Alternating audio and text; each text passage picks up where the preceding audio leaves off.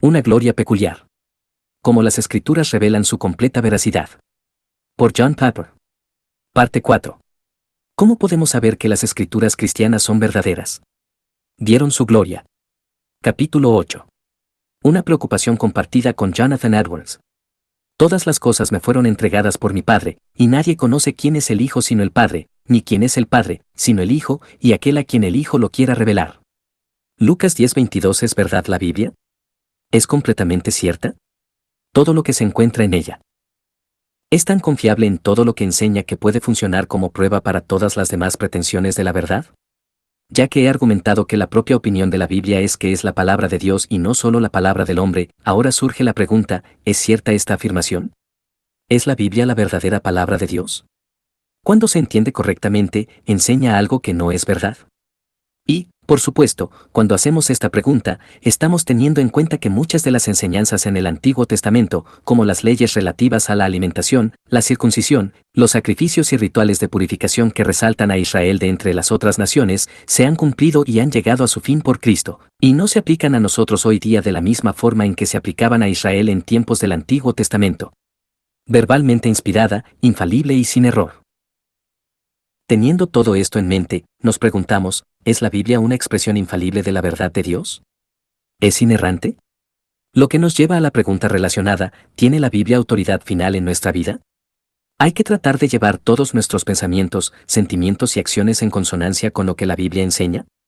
Mi respuesta es la siguiente, que es la misma afirmación de fe que rige Bethlehem College and Seminary y al sitio web de seekinggod.org, así como a la iglesia en la que fui pastor durante 33 años y otras iglesias hermanas. 1.1 Creemos que la Biblia, que consiste en los 66 libros del Antiguo y Nuevo Testamento, es la palabra infalible de Dios, verbalmente inspirada por Dios y sin errores en los manuscritos originales. 1.2 Creemos que las intenciones de Dios, reveladas en la Biblia, son la autoridad suprema y final en la prueba de todas las pretensiones acerca de lo que es verdadero y lo que es correcto. En los asuntos que no se hallan en la Biblia, lo que es verdadero y justo es evaluado por criterios consistentes con las enseñanzas de las Escrituras. En otras palabras, sí, la Biblia es del todo cierta. Sí, su pretensión de ser la palabra de Dios es verdadera. Sí, cuando se entiende correctamente, no enseña nada falso. Es por lo tanto sin error. Como verdadera palabra de Dios, sin error, tiene plena autoridad sobre nuestra vida. Entonces, sí, hay que esforzarse por lograr que todos nuestros pensamientos, sentimientos y acciones estén en consonancia con lo que la Biblia enseña. La pregunta más urgente. ¿Cómo sabemos esto? Esta es una pregunta urgente. Esto no es como decir, ¿cómo puedo saber si la luna gira alrededor de la Tierra? O, ¿cómo puedo saber que Abraham Lincoln existió? La razón por las que estas preguntas no son urgentes es que, si usted las cree o no, no tiene casi ningún efecto sobre su forma de vida. Las respuestas a estas preguntas no determinan dónde pasará la eternidad, en el cielo o en el infierno. Pero de acuerdo con la Biblia, Jesús dijo, el que cree en el Hijo tiene vida eterna, pero el que rehúsa creer en el Hijo no verá la vida, sino que la ira de Dios está sobre él. Juan 3:36. Y el apóstol Pablo dijo, cree en el Señor Jesucristo, y serás salvo. Hechos 16:31, Romanos 10:9. Esta es la razón por la que un relato de los hechos y las palabras de Jesús fue escrito. Estas se han escrito para que creáis que Jesús es el Cristo, el Hijo de Dios, y para que creyendo, tengáis vida en su nombre. Juan 20:31. En otras palabras, la Biblia enseña cosas mucho más importantes que las vueltas que da la luna o la existencia de Abraham Lincoln. La Biblia enseña el camino para escapar de la ira de Dios y entrar en la vida eterna, además demanda enseñar esto como la única manera. Presenta a un Jesús totalmente autoritativo que dice, yo soy el camino, y la verdad, y la vida, nadie viene al Padre, sino por mí. Juan 14:6. También hace la afirmación radical de que en ningún otro hay salvación, porque no hay otro nombre bajo el cielo, dado a los hombres, en que podamos ser salvos. Hechos 4:12. Así que la pregunta de que si la Biblia es verdad es muy urgente, para todo el mundo. Nuestros destinos eternos dependen de si creemos en la buena noticia de este libro, nuestro modo de vida depende de ello también. En un raro momento de desaprobación pública, el apóstol Pablo reprendió al apóstol Pedro por no actuar de acuerdo con su propia enseñanza. Le resistí cara a cara, cuando vi que no andaban rectamente conforme a la verdad del Evangelio. Gálatas 2:11 y 14. En otras palabras, hay una conducta que está ligada a la verdad.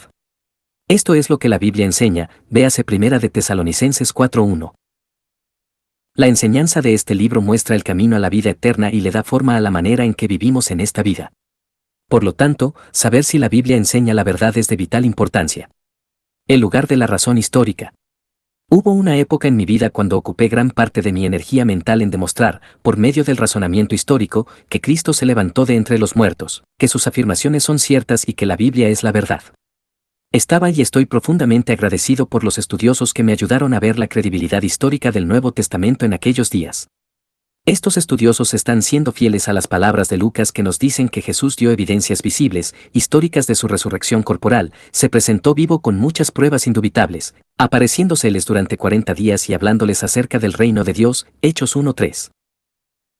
Ellos están siguiendo los pasos del apóstol Pablo, que argumentó la verdad del Evangelio, señalando a los que no fueron testigos oculares de la resurrección de Jesús que 500 testigos oculares todavía vivían y que en su caso deben preocuparse para confirmar la verdad de esa manera.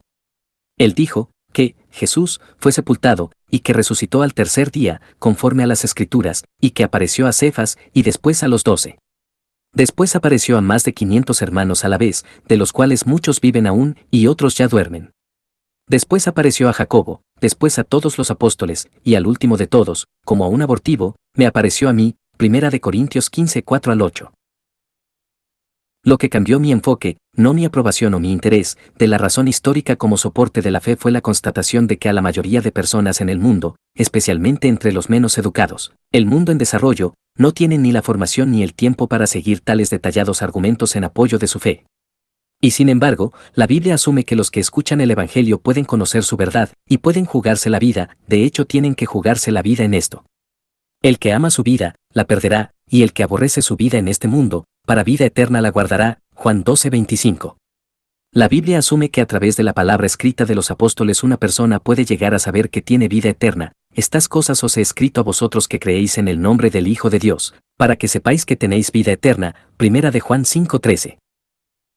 Y los apóstoles mismos conocían acerca de los otros. Conocemos, hermanos amados de Dios, vuestra elección, pues nuestro Evangelio no llegó a vosotros en palabras solamente, sino también en poder, en el Espíritu Santo y en plena certidumbre. 1 de Tesalonicenses 1:4-5. La verdad de las enseñanzas de Cristo puede ser conocida por aquellos cuya voluntad es sumisa a la voluntad de Dios. El que quiera hacer la voluntad de Dios, conocerá si la doctrina es de Dios o si yo hablo por mi propia cuenta. Juan 7:17.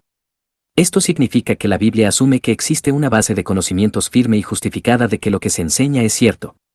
Se supone que todo aquel que oye una narración fiel del Evangelio es responsable de creer, no como un salto en la oscuridad, sino al observar los motivos reales y convincentes para la fe. Según las Escrituras, las personas no tienen que ser historiadores educados para conocer la verdad histórica de la Escritura.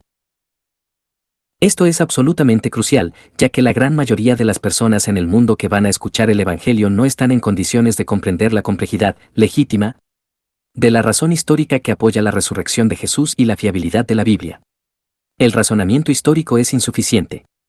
A medida que trabajaba en mi entendimiento del método histórico crítico, que dominó el mundo académico en los 6 años de mi educación teológica formal, de 1968 a 1974, se hizo cada vez más evidente que los resultados de estos estudios no proporcionan un fundamento seguro para la fe del tipo que uno podría arriesgar la vida por eso. En 1975 Edgar Krantz publicó The Historical Critical Method, el método histórico crítico, en el que afirma, la crítica histórica produce resultados solo probables. Relativiza todo. Pero la fe necesita certeza. Algunos han tratado de hacer una virtud de esta crisis con el argumento de que la fe, por su propia naturaleza, lejos de necesitar certeza, toma un riesgo y da saltos en la incertidumbre. Dicen, la crítica nos libera de la tiranía de la historia y hace que la vulnerabilidad de la fe se aclare.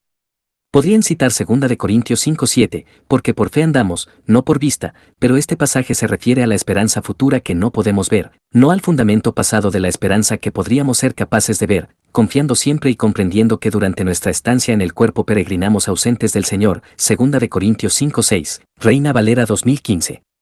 De hecho, es, pues, la fe la certeza de lo que se espera, la convicción de lo que no se ve. Hebreos 11:1. Sí, las cosas que se cree son invisibles. Pero el Nuevo Testamento no dice que los fundamentos de la fe no se ven. Cuando inicié mis estudios teológicos, uno de los más prominentes teólogos alemanes era Wolfhard Pannenberg, que rechazaba lo que llamó el vuelo a un puerto supuestamente a salvo de la marea histórico-crítica. Él sostuvo que la separación de la fe de sus motivos históricos reales es perjudicial para la esencia de la fe e iniciativa de una credulidad ciega. Creo que Pannenberg está en lo correcto, hasta cierto punto. Mi forma de decirlo es que la fe no puede glorificar su objetivo saltando a la oscuridad. En su lugar, tal tipo de fe se glorifica a sí misma al tomar osadamente los riesgos cuando salta a lo que no se conoce. Esta no es la fe del Nuevo Testamento, como veremos en un momento. Pero Pannenberg no ofrece una solución adecuada al problema de los no historiadores típicos que necesitan tierra firme bajo los pies de su fe si se están aventurando completamente en Cristo. Sin duda una de las razones por las que fui sensible a la posición inadecuada de Pannenberg es que Daniel Fuller, el maestro más influyente que tuve en el seminario, llamó mi atención. 3 años antes de llegar a ser su alumno, él había escrito en Easter Faith and History, La fe y la historicidad de la resurrección: si la razón histórica es la única manera por la cual los hombres pueden alcanzar la fe, entonces la fe se convierte en una posibilidad solamente para unos pocos, aquellos que pueden pensar históricamente, y la fe para el hombre común solamente es posible si está dispuesto a comprometerse con la autoridad de un sacerdocio por parte de los historiadores. Pannenberg, como se recordará, quiere hacer de la fe una posibilidad para que todos los hombres puedan alcanzarla, es decir, prácticamente, un sacerdocio de los historiadores. La tarea de la teología como él la ve es afirmar la credibilidad del mensaje cristiano, por la que los laicos pueden creer debido a la autoridad que el teólogo, con habilidades históricas especiales, puede proveer. Pannenberg lo expresa así: la confianza al creer también puede surgir de tal manera que el creyente no siempre tiene que probar por sí mismo la confiabilidad del conocimiento presupuestado en ella. La tarea especial de la teología es hacer esto. No todo cristiano en forma individual necesita emprender esta tarea. Puede confiar en la suposición de que las cosas están en orden con respecto a la base de su confianza. Este punto de vista presupone, por supuesto, una atmósfera de confianza en la fiabilidad de la tradición cristiana. Esto me pareció una respuesta inadecuada al problema del laico común que enfrenta el origen de la fe como la Biblia lo enseña. Su vida eterna está en juego. No es lícito decir, él puede confiar en la suposición de que las cosas están en orden con respecto a la base de su confianza. Dados los enormes y numerosos desacuerdos en el mundo académico sobre la historicidad y el significado de lo que la Biblia enseña, parece simplista decir que todos podemos simplemente confiar en que las cosas están en orden. No se espera que los no historiadores salten a la oscuridad. Me parecía que tenía que haber otro camino para el laico promedio, con poco tiempo y poca formación histórica, para tener una base de conocimiento justificado firme de que la Biblia es verdad. La Biblia no enseña ni asume que llegamos a la fe saltando a la oscuridad. Se asume que aceptamos a Cristo y sus escrituras viendo motivos reales y convincentes para la fe. He encontrado ayuda en este punto de una fuente sorprendente. Por lo menos, me sorprendió en ese momento. Mientras estaba luchando con estas cosas en Alemania, estaba leyendo a Jonathan Edwards para mi propio enriquecimiento espiritual personal en medio de todos estos estudios críticos. No esperaba encontrarlo enfrentando este problema con una visión tan increíble y relevante. Me sentía tan apoyado por Edwards que escribí 2 artículos sobre esto. El punto de partida de Edwards no es qué clase de certeza es posible por el razonamiento histórico, sino más bien qué es posible para los miembros ordinarios de la Iglesia.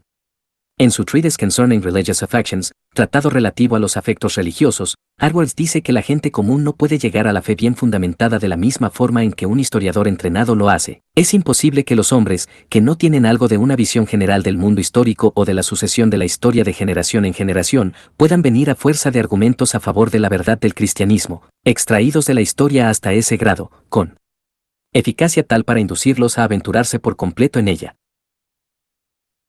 La voz del misionero se puede oír cuando añade: la condición de los indios Husatunuk y otros, que han manifestado últimamente su deseo de ser instruidos en el cristianismo, es muy triste si no encuentran ninguna evidencia de la verdad del cristianismo, aparte de este camino de la razón histórica, que sea suficiente como para inducirlos a dejarlo todo por Cristo.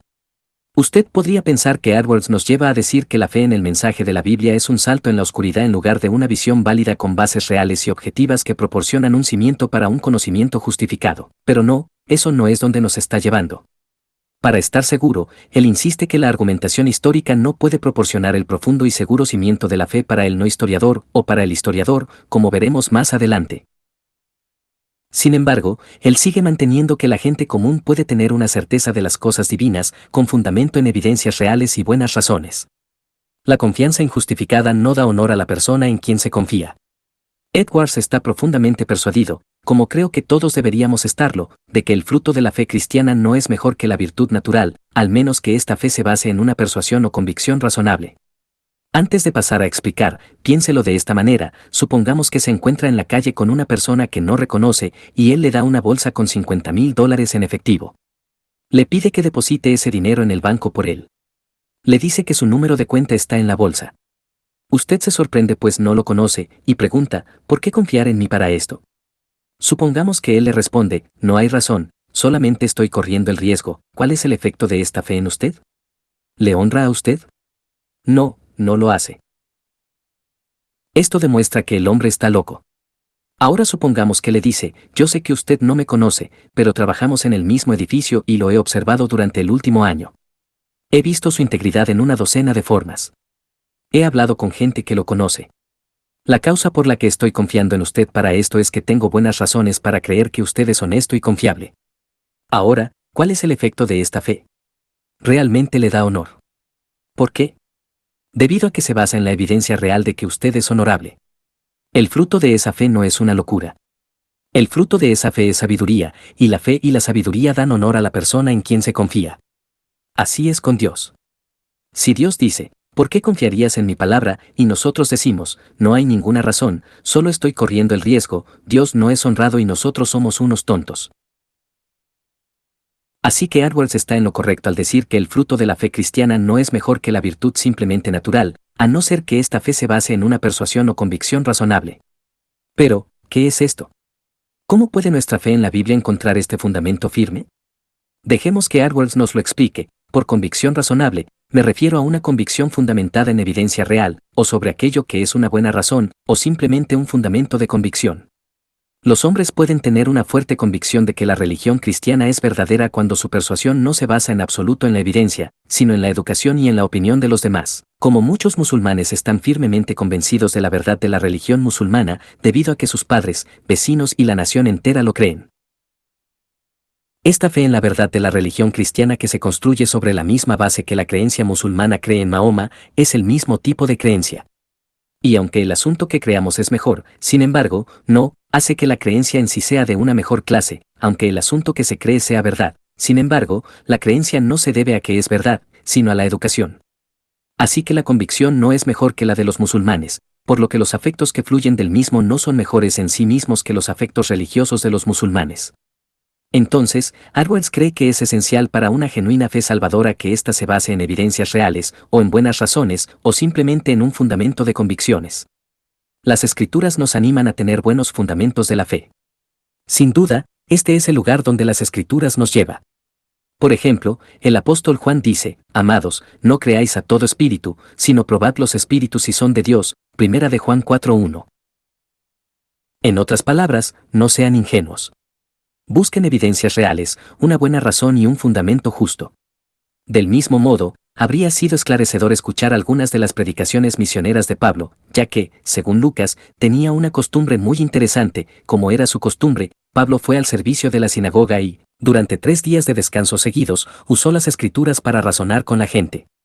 Explicó las profecías y demostró que el Mesías tenía que sufrir y resucitar de los muertos. Decía: este Jesús, de quien les hablo, es el Mesías. Hechos 17:2 y 3, Nueva Traducción Viviente.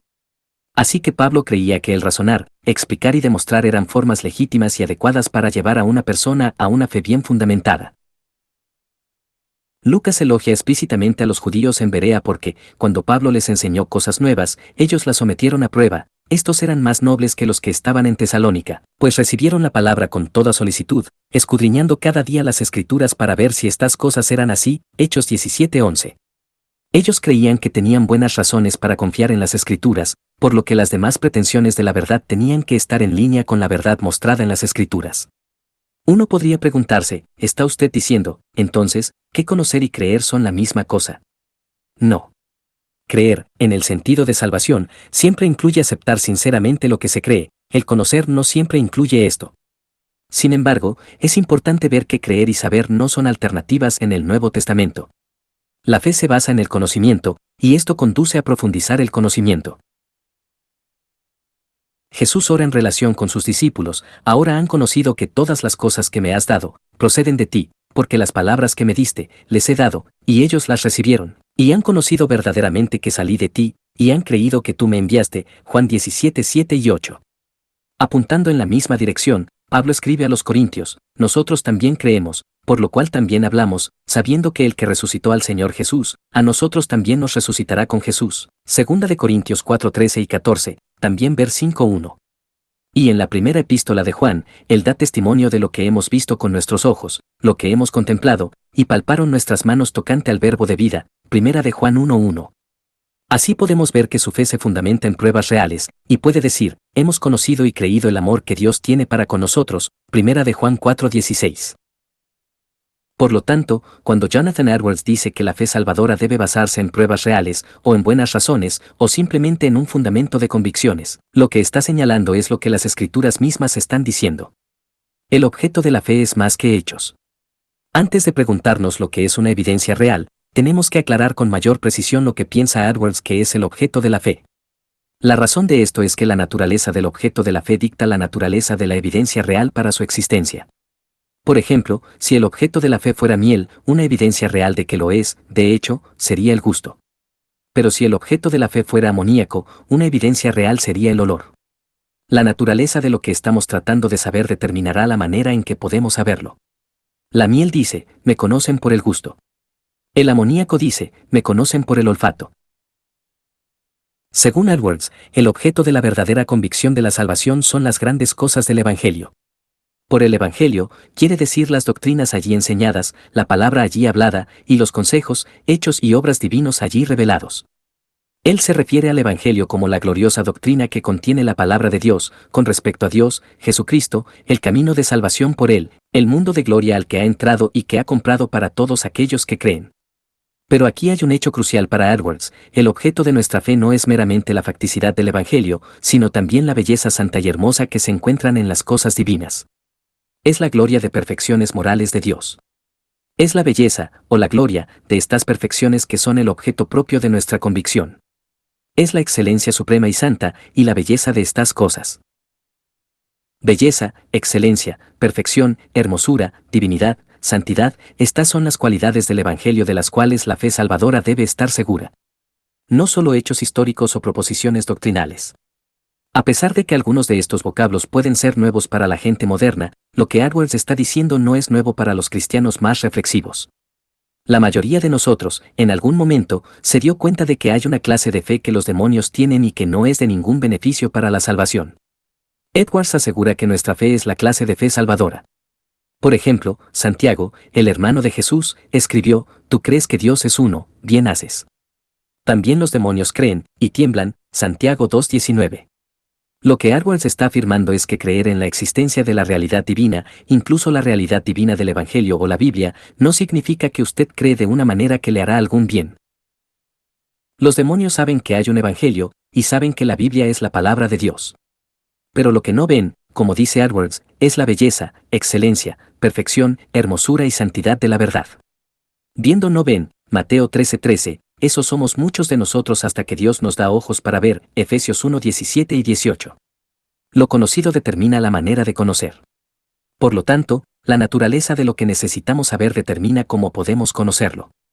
Si la gloria de Dios en el Evangelio es lo que hay que conocer, si es aquí donde nuestra fe debe descansar, entonces los ojos para ver esta gloria no son simplemente los ojos físicos, sino lo que Pablo llama los ojos del corazón, Efesios 1:18, Nueva Versión Internacional.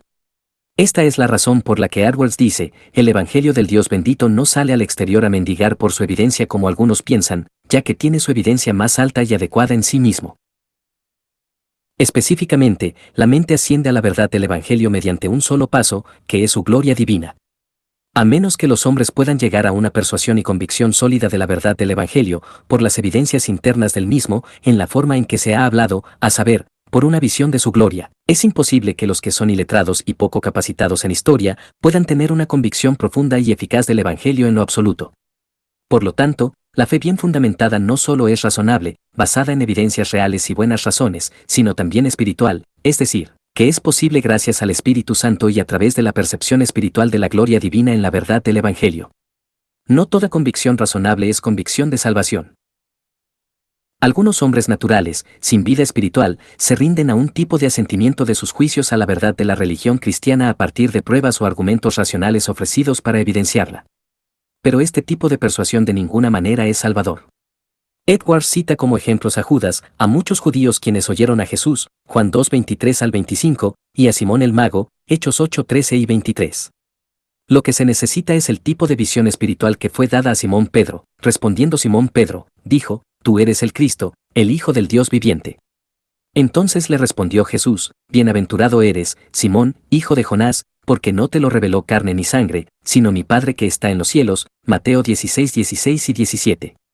En otras palabras, hay una gloria en la persona de Jesús que está realmente presente allí ante la cual estamos ciegos, si no recibimos el regalo de Dios.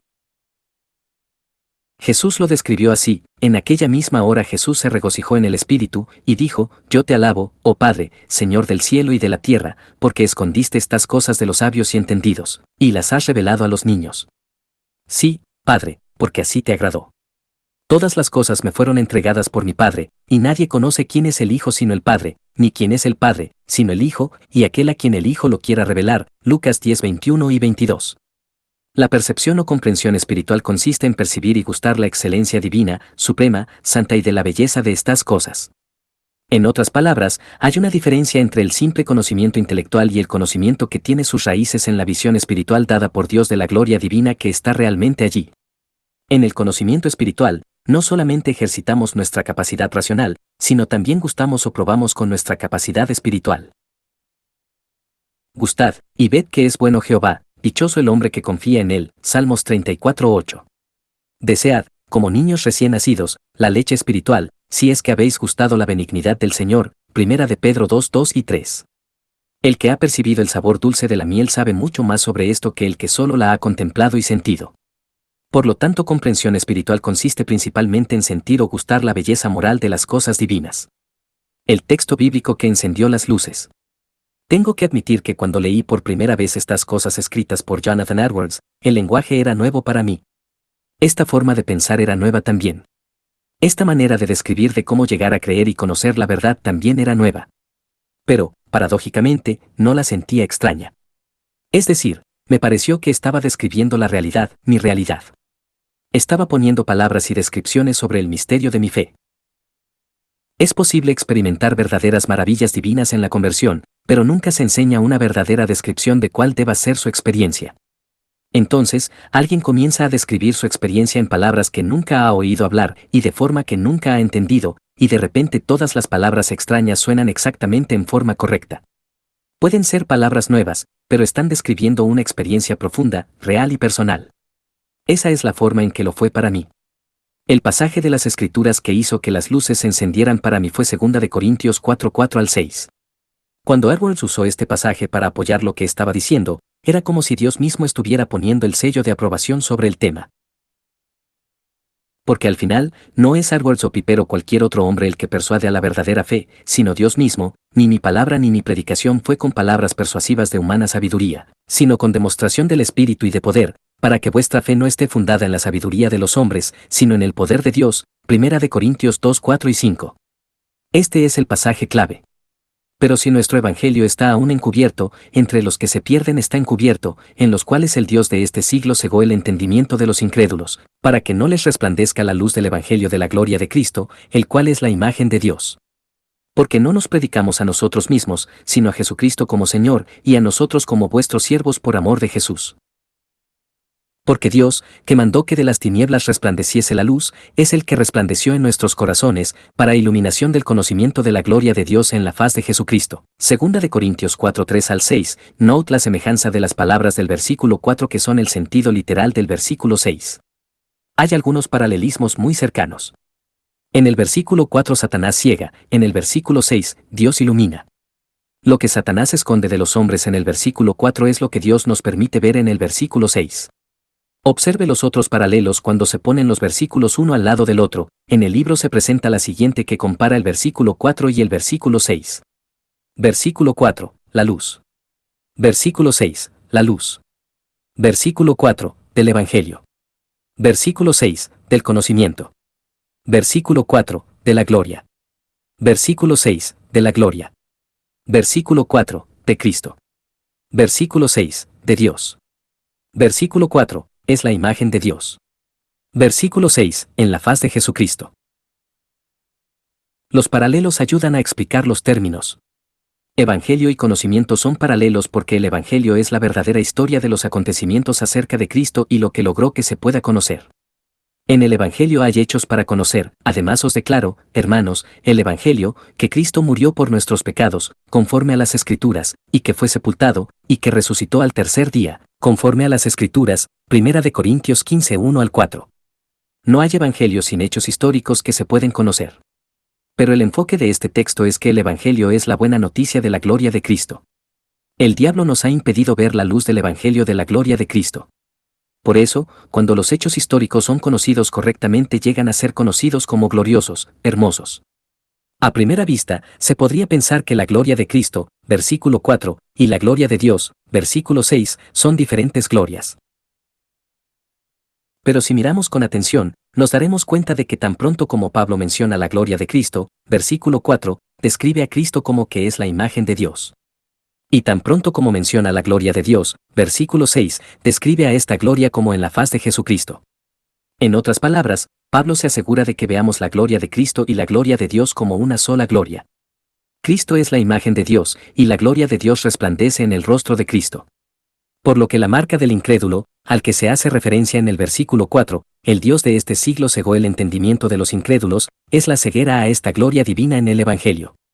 El incrédulo tal vez sabe de los hechos del Evangelio, pero no ve la luz del Evangelio de la gloria de Cristo. El Cristo del Evangelio no brilla en los ojos del corazón del incrédulo, quien no ve la gloria de Cristo como la belleza divina y como su tesoro supremo. Cuando se predica el Evangelio, o las Escrituras se leen, él ve los hechos, pero no la gloria. La fe surge de ver lo que realmente está allí. Es fundamental destacar aquí que esta gloria de Cristo en el Evangelio es una realidad objetiva. La gloria está en Cristo y en el Evangelio. No está en nosotros. No es subjetiva, sino más bien objetiva. Por esto puede funcionar como una evidencia real y buena razón para nuestra fe. No la producimos. No la traemos al Evangelio o a la Escritura. Está ahí. Y si está ahí, es para que sea vista, pero por la ceguera espiritual no podemos hacerlo. Edwards hace hincapié en la realidad de esta gloria. Ahora bien, esta gloria distintiva del ser divino tiene su aspecto más brillante y se manifiesta en las cosas propuestas y expuestas a nosotros en el Evangelio, las doctrinas que se enseñan allí, la palabra hablada, los consejos divinos, hechos y obras revelados allí. Estas cosas tienen la más clara, más admirable y distinguida representación y exhibición de la gloria de las perfecciones morales de Dios, como nunca antes fueron presentadas al mundo. Y si hay una manifestación tan distintiva y evidente de la gloria divina en el Evangelio, es razonable suponer que puede haber alguna manera de verla, que debe impedir que se vea. Esto es un argumento que no puede ser visto, que algunos no ven, aunque sean hombres que disciernen en asuntos temporales. Si existen algo tan inefable, distinguido, excelencia evidente en el Evangelio, es razonable suponer que es de tal calidad que no se puede discernir, sino por la influencia y la iluminación especial del Espíritu de Dios. Edwards pregunta, ¿cuál es la base de conocimiento firme y justificado de la verdad del Evangelio? Y responde, la gloria de perfecciones morales de Dios que brillan llenas de verdad y objetividad en la faz de Jesucristo en el Evangelio, las doctrinas que se enseñan allí, la palabra hablada y los consejos divinos, hechos y obras revelados allí. Al comentar sobre 2 de Corintios 4:4 al 6, junto con 3:18, nosotros todos, mirando a cara descubierta como en un espejo la gloria del Señor, somos transformados de gloria en la misma imagen, como por el Espíritu del Señor. Dice Edwards, nada puede ser más evidente que la creencia de salvación del Evangelio de la que habla aquí el apóstol como el resultado de la mente que ha sido iluminada para contemplar la gloria divina de las cosas que se exhiben. En otras palabras, la evidencia real y el cimiento sobre el que descansa la fe salvadora es la gloria de Dios que se manifiesta en el Evangelio. La belleza de Cristo proclamada. No hemos dicho nada sobre el versículo 5 que se intercala entre los dos versículos paralelos, 4 y 6, y que describe el Evangelio de la gloria de Cristo. Pablo escribe, porque no nos predicamos a nosotros mismos, sino a Jesucristo como Señor, y a nosotros como vuestros siervos por amor de Jesús. Hay dos puntos centrales en este versículo, en primer lugar, Cristo, el Señor y, en segundo lugar, la posición de siervo en la predicación. Estos dos puntos centrales son importantes para la comprensión de cómo Pablo ayudó a la gente para que pudieran ver la gloria de Dios y así tener una fe bien fundamentada en la verdad de su palabra. En primer lugar, se proclama a Jesucristo como Señor. Si el verdadero fundamento de la fe es la gloria de Dios en la faz de Jesucristo, entonces la proclamación tiene por objeto la fe que debe ser una representación viva y verdadera del Cristo glorioso. La gente tiene que encontrarse cara a cara con Cristo en lo que escuchan o leen. La gente debería ser capaz de decir junto con el apóstol Juan, y vimos su gloria, gloria como del unigénito del Padre, lleno de gracia y de verdad, Juan 1:14. Juan escribió su evangelio para que podamos ver, a través de su propio retrato inspirado del Cristo, la gloria que él vio de primera mano. La gloria que los discípulos vieron en Jesús, y que vemos cuando es retratada con fidelidad, fue la belleza moral de un hombre cuyo alimento era hacer la voluntad de su Padre en el cielo, Juan 4:34. Nunca deseó buscar su propia gloria a costa de algún inocente, sino que siempre buscó la gloria de su Padre, hasta el punto de la muerte. Precisamente en su última hora, la de la traición, su gloria se hizo más visible. Para esto he llegado a esta hora. Padre, glorifica tu nombre. Ahora es glorificado el Hijo del Hombre, y Dios es glorificado en él, Juan 12:27 y 28, y 13:31. Esta hermosa lealtad es el anonadamiento de Jesús ante la gloria del Padre que lo selló como verdadero y que confirma nuestra fe. El que habla por su propia cuenta, su propia gloria busca, pero el que busca la gloria del que le envió, este es verdadero, y no hay en él injusticia, Juan 7:18.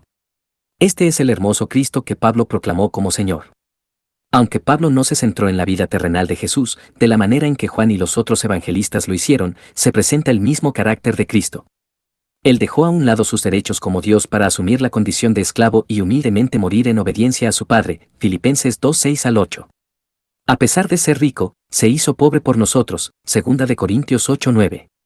Él no se agradó a sí mismo, sino que tomó los vituperios de los hombres para que él pudiera aceptarnos en su comunión para gloria de Dios, Romanos 15:2 y 7. Cuando Pablo proclamaba la gloria de este Cristo crucificado, en la plenitud del Evangelio, creía que estaba poniendo un fuerte y adecuado cimiento para una fe salvadora. La belleza de Cristo encarnado.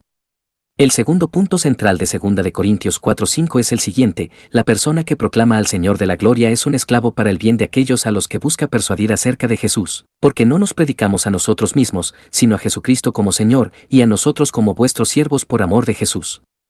En otras palabras, el que proclama encarna la belleza de aquello que proclama.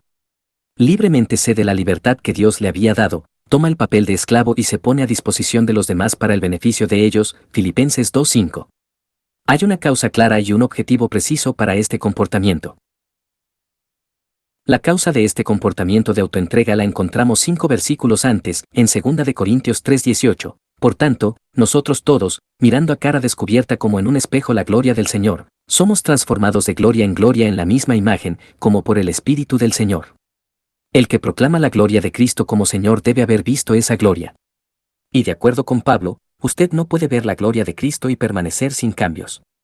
Al mirarnos en el espejo de la gloria del Señor, somos transformados. La promesa que el apóstol Juan da en su primera carta, de que cuando Él, Cristo, se manifieste, seremos semejantes a Él, porque le veremos tal como Él es, 1 de Juan 3:2, ya está siendo cumplida, mientras contemplamos la gloria de Cristo en el Evangelio. Eso es lo que Pablo dice en 2 Corintios 3:18. Tenemos la tendencia a ser semejantes a los que admiramos. Esto quiere decir que, como Él, ponemos a un lado nuestros derechos y no tratamos de agradarnos más a nosotros mismos, sino que nos convertimos en siervos para beneficio de otros. Al contemplar la belleza del carácter de Cristo, comenzamos a compartirlo. El propósito de esta transformación en un papel de un siervo que se entrega a sí mismo es proporcionar otra demostración de la gloria de Dios como el fundamento de la fe, una expresión de la encarnación. Así presentamos la gloria de Cristo, no solo en nuestro Evangelio, sino también en nuestra vida. Mientras proclamamos la luz del conocimiento de la gloria de Dios en el rostro de Cristo, llegamos también a ser la luz del mundo, para que los hombres puedan ver nuestras buenas obras y glorifiquen a nuestro Padre que está en los cielos, Mateo 5:16. Si vemos y amamos la gloria de Dios en Cristo y somos transformados por ella, llegamos a ser un espejo de esa gloria y un medio para la fe bien fundamentada para los demás. Esta es la razón por la que 2 Corintios 4:5 se interpone entre los versículos 4 y 6. El anuncio de la gloria del Señor y su encarnación son la ocasión para el milagro del versículo 6 o la ceguera del versículo 4, comparar con 2 Corintios 2:15 y 16. La liberación de la ceguera del diablo por medio de Dios y el hombre. Lo que es claro por la relación entre 2 de Corintios 4:5 y los versículos 4 y 6, es que la gente viene a un bien fundamentado conocimiento salvador de la verdad por una combinación de comunicación humana e iluminación divina de la gloria de Dios.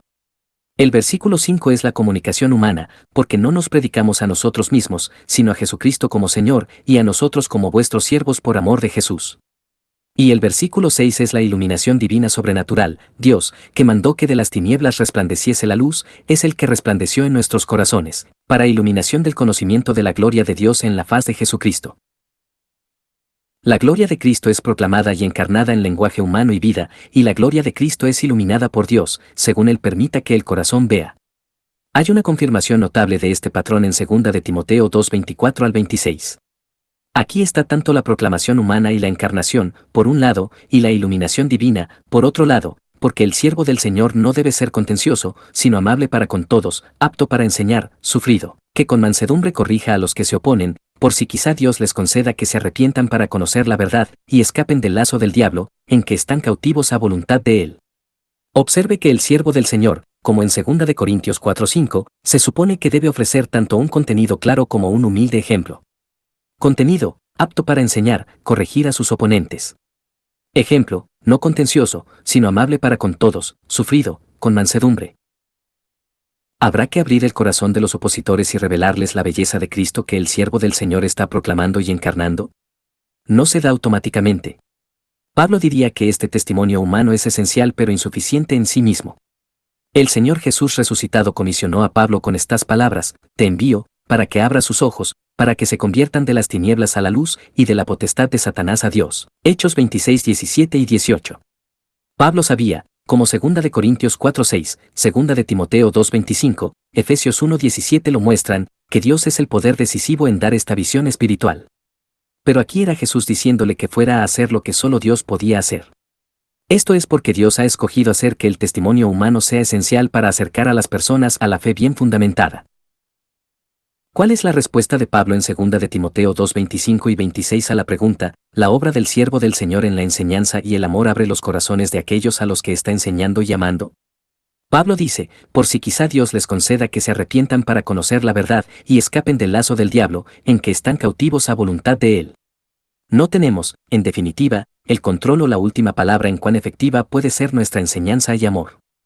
Pero hay una gran esperanza, porque Dios tiene la última palabra, y ningún poder de la resistencia humana puede prevalecer cuando Dios decide conceder el arrepentimiento.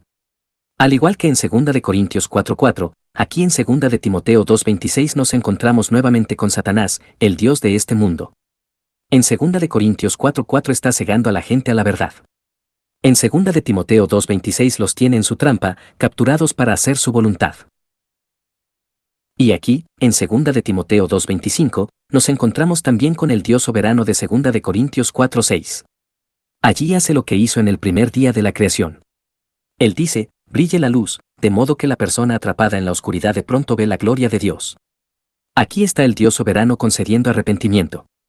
El efecto de esta obra sobrenatural es que el cautivo de Satanás es liberado de su estupor, de su ceguera. Él abre sus sentidos y ve la verdad y la belleza de lo que antes era incomprendido y falso. Él viene al conocimiento de la verdad. Este es un conocimiento real.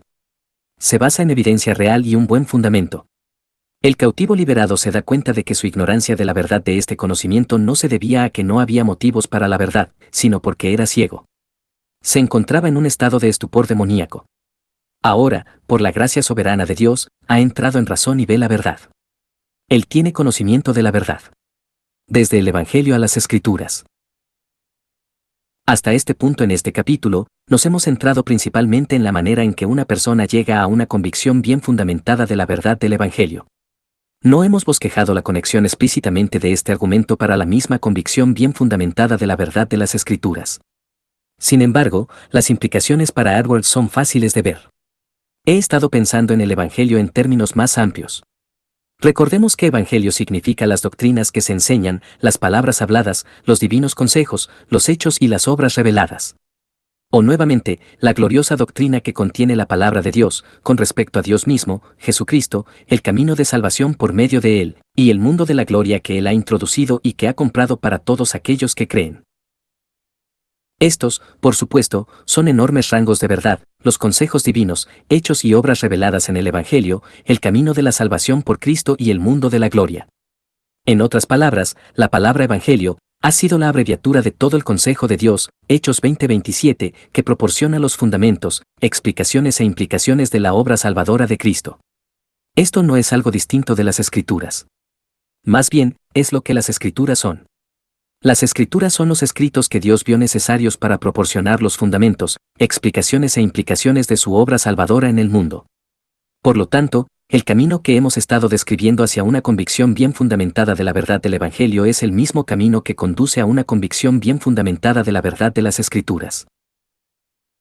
Como el Evangelio lleva consigo una real, objetiva, gloria divina autoautenticada, entonces, de la misma manera, las mismas Escrituras son evidencia de su propia autoridad divina. Esa misma gloria. La fe auténtica se basa en una buena razón o buen cimiento. Mientras que la razón histórica puede demostrar, con alta probabilidad a la vista del erudito, que Jesús se levantó de entre los muertos, el grueso de la gente común no tiene el tiempo o las herramientas para dedicarse a tal disciplina de estudio. Si la fe salvadora fundamentada debe estar al alcance de todos, se debe encontrar una forma más directa que a través de argumentos históricos detallados. Jonathan Edwards nos señala a 2 Corintios 4:3-6, que resulta ser un punto de inflexión de la percepción. Aquí se muestra la presencia o ausencia de la fe que salva o aquella que nos hace estar ciegos, aquello que Dios nos ha concedido para ver la luz del conocimiento de la gloria de Dios en Cristo. Edwards llama a esto una gloria inefable, distintiva, excelente evidencia en el Evangelio, que puede ser vista por aquellos que no son ciegos y que es un terreno firme para la fe salvadora. Y creo que tiene razón.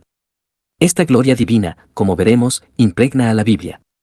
Esta prueba ser una garantía para creer no solo la parte de la Escritura llamada el Evangelio, sino toda la palabra de Dios, que está, de hecho, orgánicamente conectada al Evangelio y que lleva las marcas de la misma gloria que brilla en Cristo y en su obra de salvación. Para muchas personas, este tipo de argumento a favor de la verdad de las Escrituras, de hecho este tipo de vocabulario, es nuevo y extraño. Por esta razón, el siguiente capítulo tratará de eliminar el desconcierto innecesario. Espero dar 4 analogías de lo que se siente al ver la gloria de Dios a través de su palabra. Digo, desconcierto innecesario porque puede ser que las realidades con las que estamos tratando sean genuinamente extrañas para usted, que debe comenzar en una condición de desconcierto. Por ejemplo, si usted nunca ha estado en un vehículo que acelera rápidamente y por esto nunca ha sentido la fuerza G empujándolo hacia atrás contra su asiento, es posible que se sienta desconcertado por completo cuando esto ocurre por primera vez. Es una nueva experiencia de la realidad. Pero entonces aprenderá lo que es, y lo hará parte de su comprensión y su vocabulario. Esa es la forma en que interactuamos con todas las experiencias de una nueva realidad. El lenguaje de la gloria de Dios y de la visión espiritual deben sonar desconcertantes para aquellos que no tienen experiencias de ellas. Así que, en el siguiente capítulo, voy a tratar de eliminar al menos el desconcierto innecesario.